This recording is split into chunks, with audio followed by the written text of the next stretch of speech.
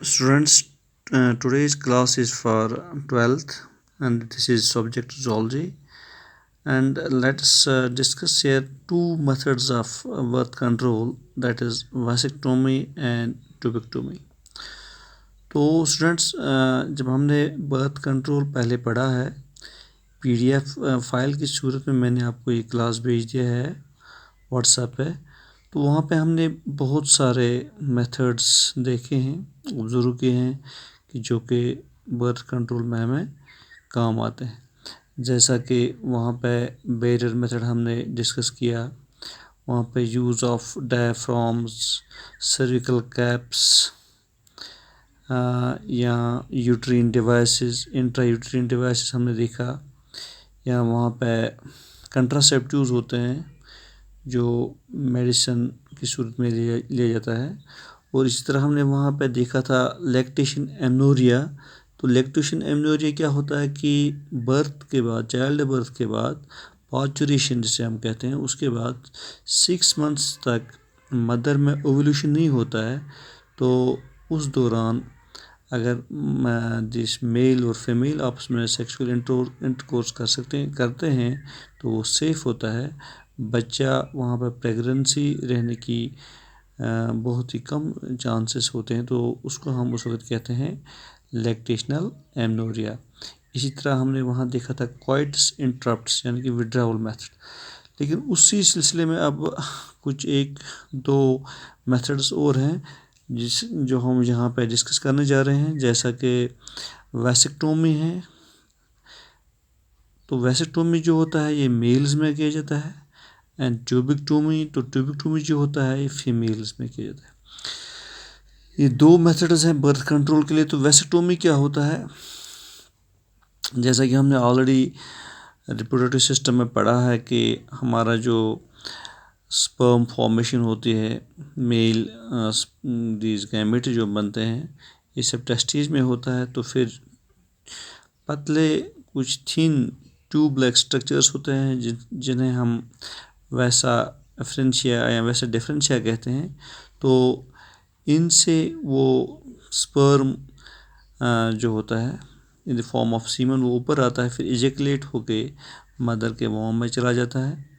तो वैसेक्टोमी में क्या होता है, जो टेस्टिस से ट्यूब लाइक स्ट्रक्चर निकलता है वैसा डिफरेंशिया, तो इसको बीच में कट किया जाता है या धागे से इसको बांधा जाता है ताकि जो स्पर्म फॉर्मेशन हो जाए टेस्टिस में, तो at the time of intercourse और दिस इजेकुलेशन ये स्पर्म्स जो होते हैं ये आगे न आने पाए। तो इस तरह से वहाँ फ्यूजन स्पर्म और एग का ये नहीं होता है, ये प्रिवेंट होता है। तो इस तरह से फर्टिलाइजेशन नहीं होती है और प्रेगनेंसी भी नहीं होती। तो ये मेथड किया जाता है मेल्स में और इसको हम वैसेक्टोमी कहते हैं। तो वैसेक्टोमी में सिंपली जो वैसा डिफरेंस होता है इसको कट किया जाता है बीच में और फिर बांधा जाता है। तो ये बहुत ही इफ़ेक्टिव मेथड होता है बर्थ कंट्रोल के लिए।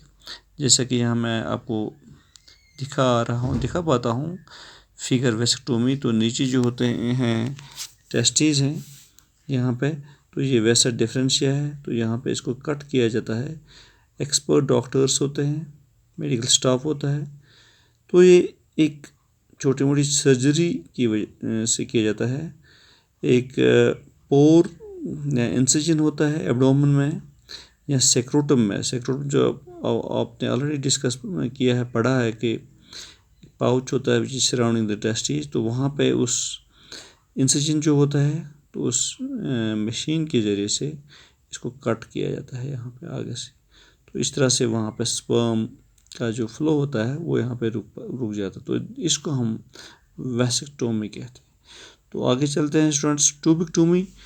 तो ट्यूबिक्टोमी जो है ये फीमेल्स में किया जाता है। जैसा कि हमने ऑलरेडी पढ़ा है रिप्रोडक्टिव सिस्टम में कि वहाँ पे यूट्रस जो होता है तो इसके on either side of the uterus, that is at right at the left side, वहाँ पे फेलोपियन ट्यूब्स होते हैं। वो ओवरीज से एग्स हासिल करके वहाँ पे इस्थिमस में ये फर्टिलाइजेशन होती है।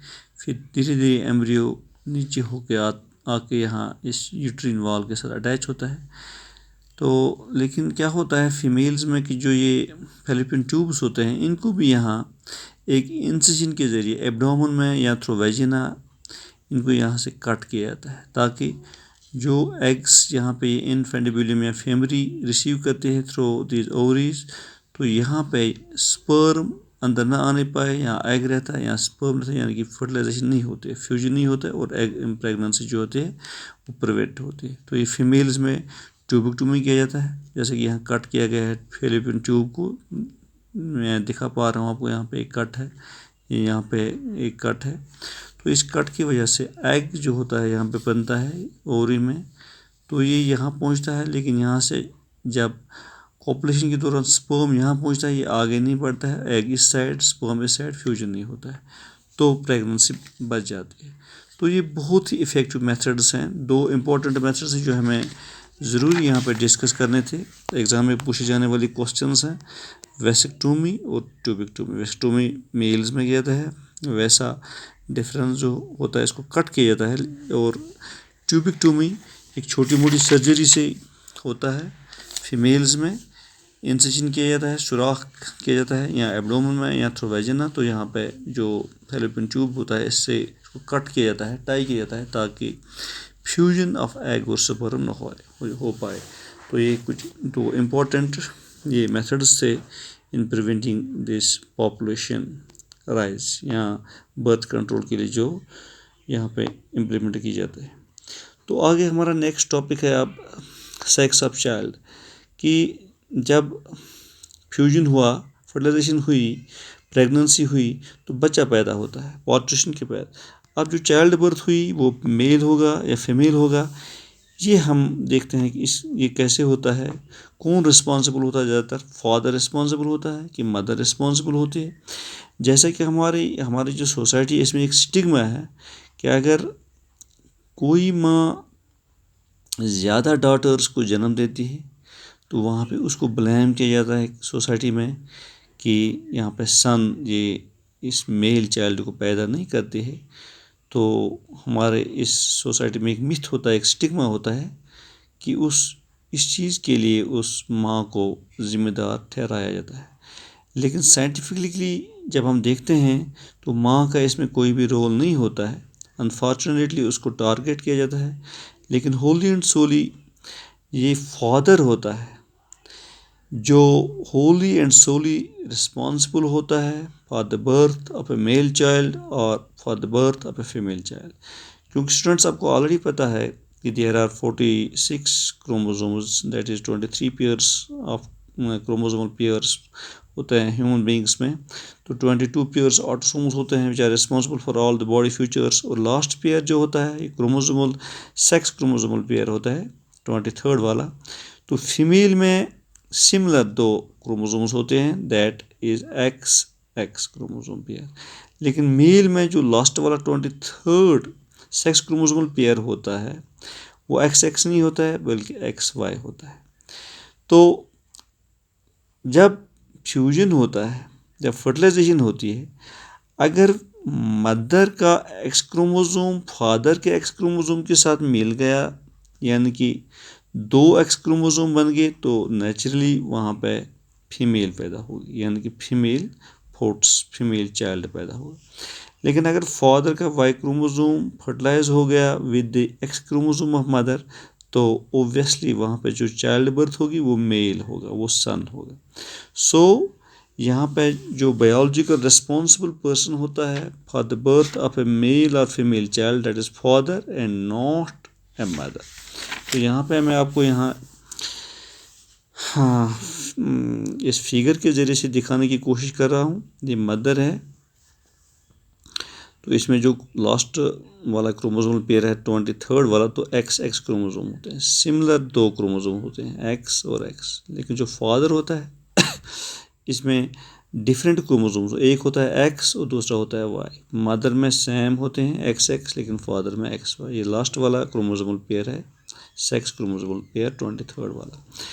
तो हम यहाँ पे इस एक्स क्रोमोसोम को एक को अलग करते हैं, यहाँ दूसरे को अलग करते हैं, यहाँ फादर के एक्स को अलग करते हैं, फादर के वाई को अलग करते हैं।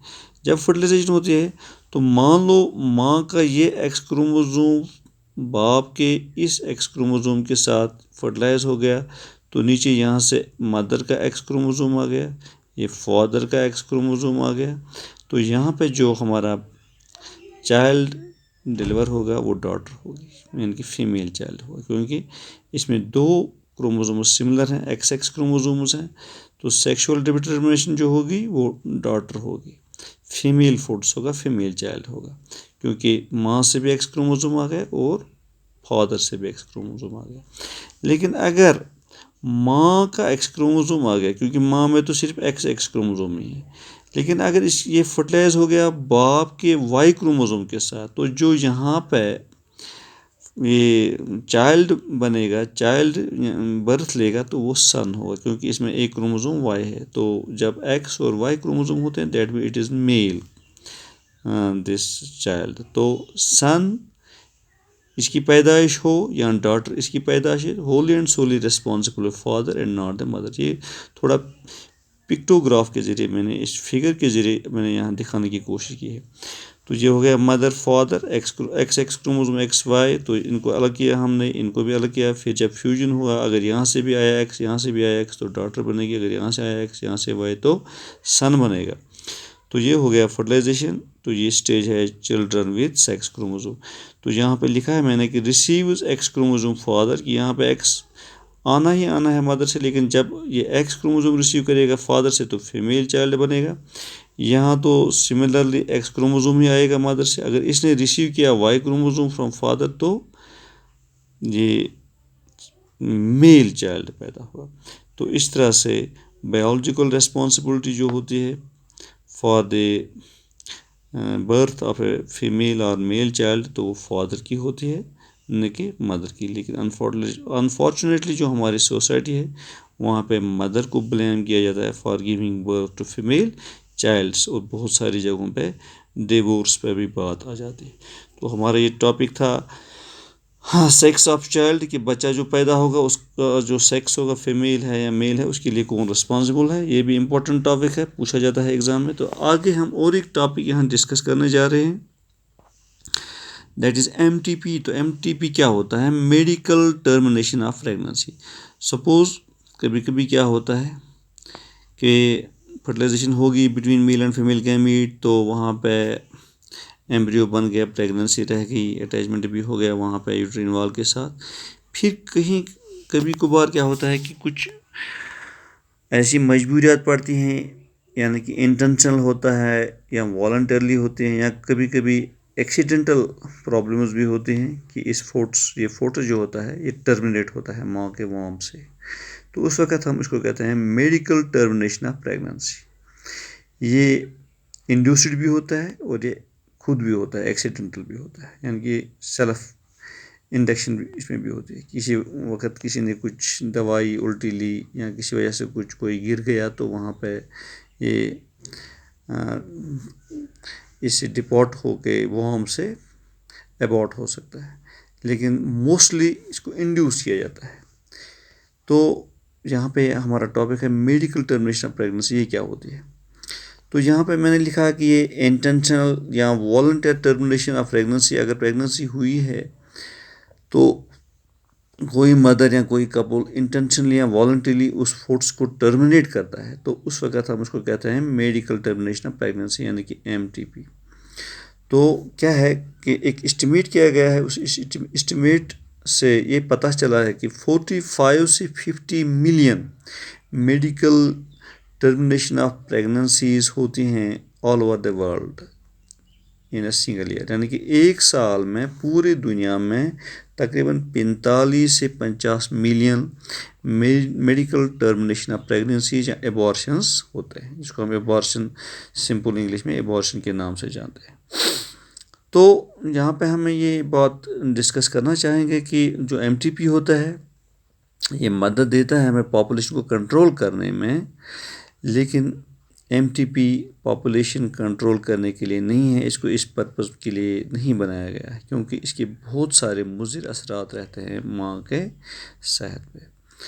तो हमारा जो मुल्क है इंडिया, तो यहाँ पे 1971 में जो मेडिकल टर्मिनेशन ऑफ प्रेगनेंसी या एबॉर्शन या MTP, इसको लीगलाइज किया गया है, यानी कि इसको कानूनी वजूद दिया गया है कि कोई ऐसी सूरत बने, कोई ऐसी कंडीशन बने तो वहाँ पे हम मेडिकल टर्मिनेशन ऑफ प्रेगनेंसी कर सकते हैं। लेकिन वहाँ पे स्ट्रिक्ट रूल्स हैं, स्ट्रिक्ट कंडीशंस रखी गई हैं ताकि इस MTP को, एबॉर्शन को, मेडिकल टर्मिनेशन ऑफ प्रेगनेंसी को, इसका मिसयूज़ न किया जाए। क्योंकि मोस्टली क्या देखा गया है कि फीमेल फुटसाइड होता है इसे, यानी कि अगर कोई कपल है तो उनको कहीं पता चलता है कि जब कहीं पे वो MGO सेंटर्स के ज़रिए या सेक्स डिटर्मिनेशन के सेंटर पे जाते हैं जो ऑलरेडी बैनड है, तो अगर कहीं चोरी छुपी को पता चल गया हमारे वॉम में पलने वाला जो बच्चा ये फीमेल है, तो वो एबॉर्शन करवाते हैं, तो इसको कहते हैं फीमेल फुटसाइड। तो इसको बचाने के लिए, इसको अवॉइड करने के लिए इस पर बहुत ज़बरदस्त स्ट्रिक्ट कंडीशन रखी गई हैं, लेकिन लीगलाइज किया गया है। क्योंकि कुछ ऐसी कंडीशंस और मामला रहते हैं कि जहाँ पे हमें मेडिकल टर्मिनेशन ऑफ प्रेगनेंसी की ज़रूरत पड़ती है।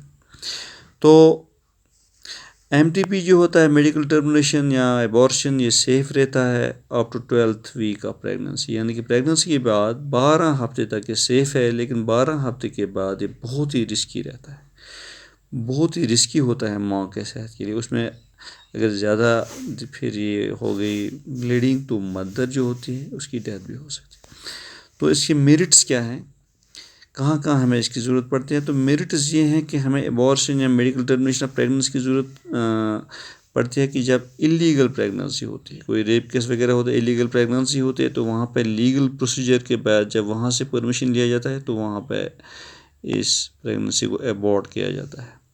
इसी तरह एमनियोसेंटेसिस, जो मैंने आपको PDF के ज़रिए आपका एक टॉपिक दिया है कि एमनियोसेंटेसिस क्या होता है, वहाँ पे जो हमारा बच्चा होता है, पालने वाला बच्चा वॉम में, यूट्रस में, वहाँ से एमनियोटिक फ्लूइड निकाला जाता है सिरिंज के ज़रिए। फिर उसमें देखा जाता है कि वहाँ पे कोई क्रोमोसोमल एबरेशन तो नहीं है, क्रोमोसोमल एबनॉर्मलिटी तो नहीं है, कि जब ये बच्चा पैदा होगा बर्थ लेने के बाद ये बहुत ही ज़बरदस्त किसी ऐसी एबनॉर्मलिटी में पड़ जाए कि इसका जीना बहुत ही मुश्किल हो जाएगा इस दुनिया में, और ये एक बोझ सा, बर्डन सा बनेगा पूरी सोसाइटी के लिए।